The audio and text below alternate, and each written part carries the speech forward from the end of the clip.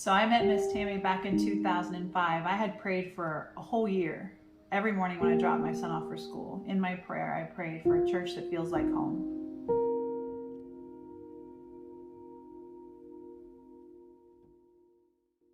So we visited some churches and we found Redeemers and became members there. And that's where I met Miss Tammy. So one of the first memories I have of Miss Tammy is when she came to our apartment. It was a 2-bedroom townhome that me and my husband and our 5 kids lived in. 2-bedroom, yep. And she came over just so we could talk. I just remember she sat on the couch and she propped her legs up and we just started talking, and she listened, and I don't know, it was all kind of foreign for me. I didn't grow up with a close relationship with my mom, and as far as like women goes, I just didn't really have that. So she was listening and I thought it was amazing. Not too long after that, she told me about a Tuesday moms group that she was really excited about and she was starting, and she invited me to be a part of it. Now the Tuesday moms group is where I feel that I grew the most as a wife and as a mom. I mean, with somebody pouring into you so much and praying over you and over your family and teaching you things that you didn't know, things that you never even questioned, it really blesses you. So I went from being the mom I knew how to be to the mom that God made me to be, because of somebody pouring in their time, their love, and their instruction and teaching you the lessons that they've already learned. I remember when she told me that some leaders were meeting to discuss who they were going to, pick to mentor or something like that. And she said when the list was put out, like, she claimed my name immediately. I just remember thinking, oh, that's really sweet. She picked me. It just made me feel, loved and cared about and chosen. So from there, Miss Tammy became my mentor, and she invested so much into me. She cried with me, she laughed with me, she prayed for me. She invested so many hours, lunches, dinners, groups, and then she encouraged me as well. She encouraged me so much that she helped pray us out of that 2-bedroom townhome into a home to rent. And if you know my testimony, there was a point in our life I never thought we'd be able to buy a bed, let alone move into a house, even if we were just renting it. So she helped pray us out of that 2-bedroom townhome into a home to rent, into a home to buy.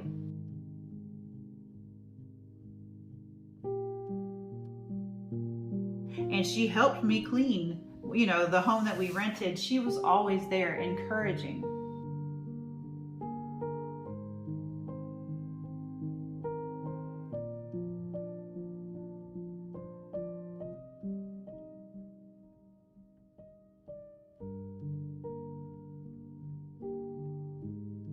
She went from being my mentor to my friend to my spiritual mom.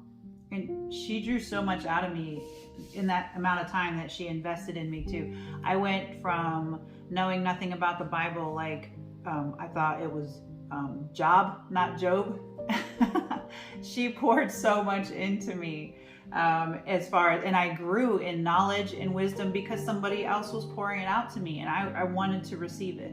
So I went from going to Bible studies to leading a Bible study, to being on the worship team, to being the children's worship leader, to being the children's director, to even teaching on a Sunday morning. And it was just a 7-minute sermon, but I felt so entrusted to something so important to be able to get up there and speak. Age was probably like this, but now he's added, love and grace and relationship, and he leveled out so much so that he's the one that wrote 1 Corinthians 13, 4-7. So that's the definition that we don't know. I don't say any of that to be prideful. I say those things because I didn't know they were there, and somebody helped me discover them. She was seeing me the way that God created me to be, and it allowed me to see it as well. One of the hardest things I had to do was go to her and tell her that God was calling me away to go somewhere else. Our family was going in 2 different places, so it was a calling to bring my family together, which meant I had to leave where she was. So I went to her emotionally overwhelmed, and her immediate response was, God is calling you away. This is right. If God is calling you, this is right. Her immediate reaction was to let go. Her immediate reaction is what it always was: supportive, encouraging, loving, kind, compassionate. It was really hard leaving my support system. I didn't have a strong family growing up. The church became my family, and I was going to be there until I was 100 years old. I had no plans, no thoughts of even ever leaving. But leaving is one of the hardest things I ever did.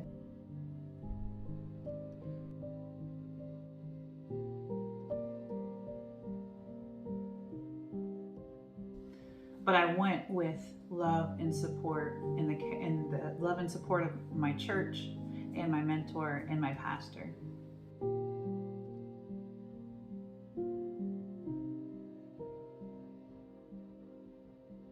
We still keep in touch. We just had lunch last week. She took me out to lunch for my birthday. While I was reflecting back on all of this, it blows me away the impact that one person submitted to God can have in someone's life. It's like more than you can comprehend, because it's not just my life. It affected my marriage in a positive way, and what kind of mother I was in a positive way, which is going to affect their children and then their children. That's just one person submitted to God in love and obedience. Miss Tammy left a legacy of love in my life, and I am thankful for her. I appreciate her. Miss Tammy, I love you and I thank you. And I want to say Happy Mother's Day. Thank you so much for all that you've done in my life and continue to do.